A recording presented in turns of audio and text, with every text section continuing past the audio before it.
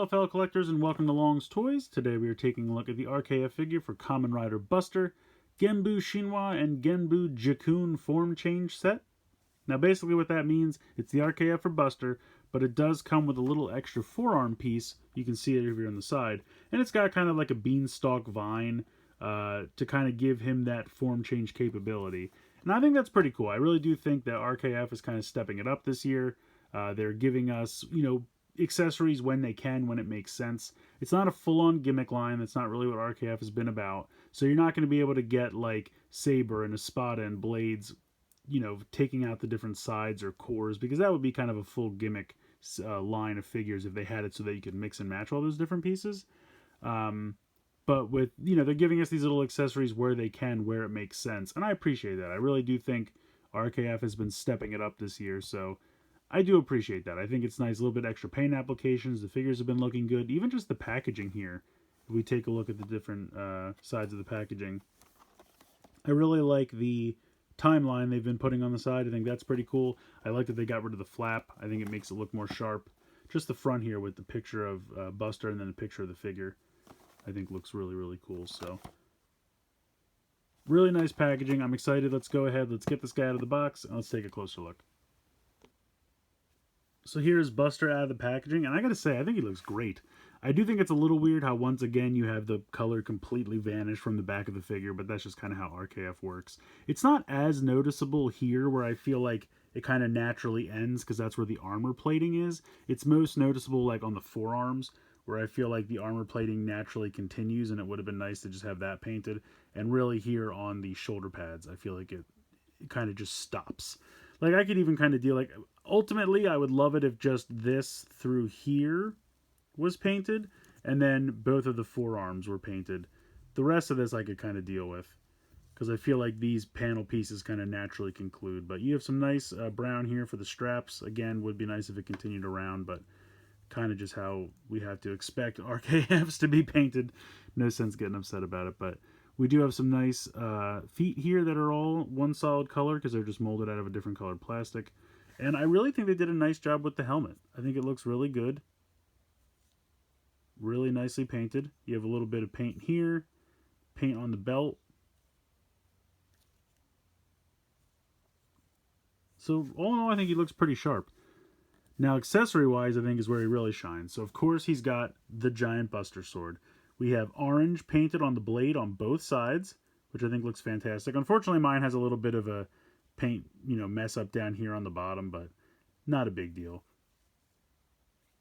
It does have this peg so that you can peg it into his back, which I really appreciate. I really like that look. It's kind of a snug peg, but you can get it in there, and then it looks really good. I think they did an awesome job with that. I really love that you can peg it onto his back. That's really, really cool. So taking that off, I'll go ahead and put it in his hand. And this might be interesting just because it's such a giant handle. So we'll see how it fits in the hand here. Seems to be okay. It's definitely heavy, but I feel like he holds it. There we go.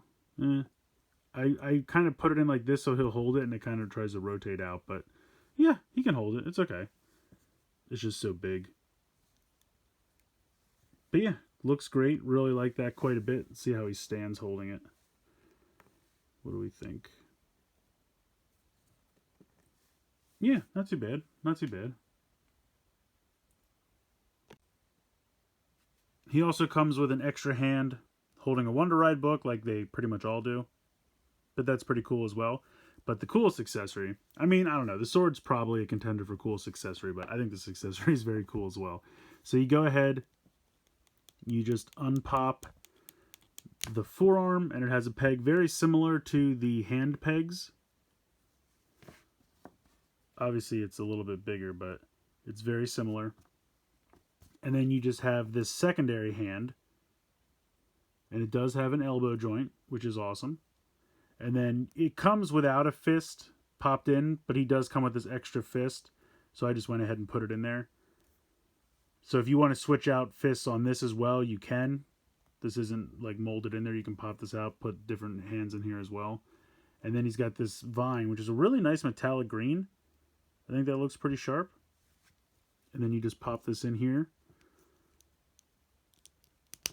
And there you go. Now he's got the Jack and the Beanstalk power. That's cool. I think that's really neat. It's a very simple way to give him a cool accessory that he can do a kind of form change, but it's not, you know, overly complicated, I guess. It's something very minor that I think works. Like, they didn't have to do that much, and it works. It comes across. I think that's really cool. I really like the look of this guy. Overall articulation, head's on a ball joint, so side to side, up and down. You have the shoulder pads on a hinge on the actual shoulder piece itself, so you can move them up and down. Then you can do hinge there in the shoulder, rotation. You do bicep swivel, 90 degrees there in the elbow, wrists can swivel, kind of a ball joint there in the torso, kick forward, kick out to the side, can't really kick back all that much, no thigh swivel. You do have a little bit of play in the actual hip itself, so you can kind of do a thigh swivel with the way the ball joint is. 90 degrees in the knee, and then of course ball joint in the ankle. So, but I think he's really cool. I really like this quite a bit. Between the giant sword and the Jack and the Beanstalk power-up, I think this guy's a really cool figure. I wish he could hold this a little better. Like I said, for whatever reason, when I put it in his hand, it kind of wants to rotate out. I guess maybe just because of how heavy it is. But it still makes for a really awesome figure. I love this. I definitely recommend picking this up. Just have to find balance. There we go. That's a really cool figure. I absolutely love that. I really, really like that quite a bit. So I just think this is great. I mean, honestly, for the price, I think it's fair. I think the paint applications are good. I think the articulation's good. I love the little extra accessory of the vine hand. The Buster sword looks fantastic. I love that you can peg the Buster sword into his back. I think that looks really, really cool. So this might be my favorite RKF for Saber so far. And the other three were pretty good, but this one might be my favorite so far. Very, very cool. Definitely pick this one up. I hope that whenever Soto gets to it, they can give him the ability to peg the sword on the back as well, because that's a big deal to me. I don't know why, it just is. So, love this release. Let me know what you guys think in the comments below. Please like, share, and subscribe. Hope you guys enjoyed the video. And as always, thanks so much for watching.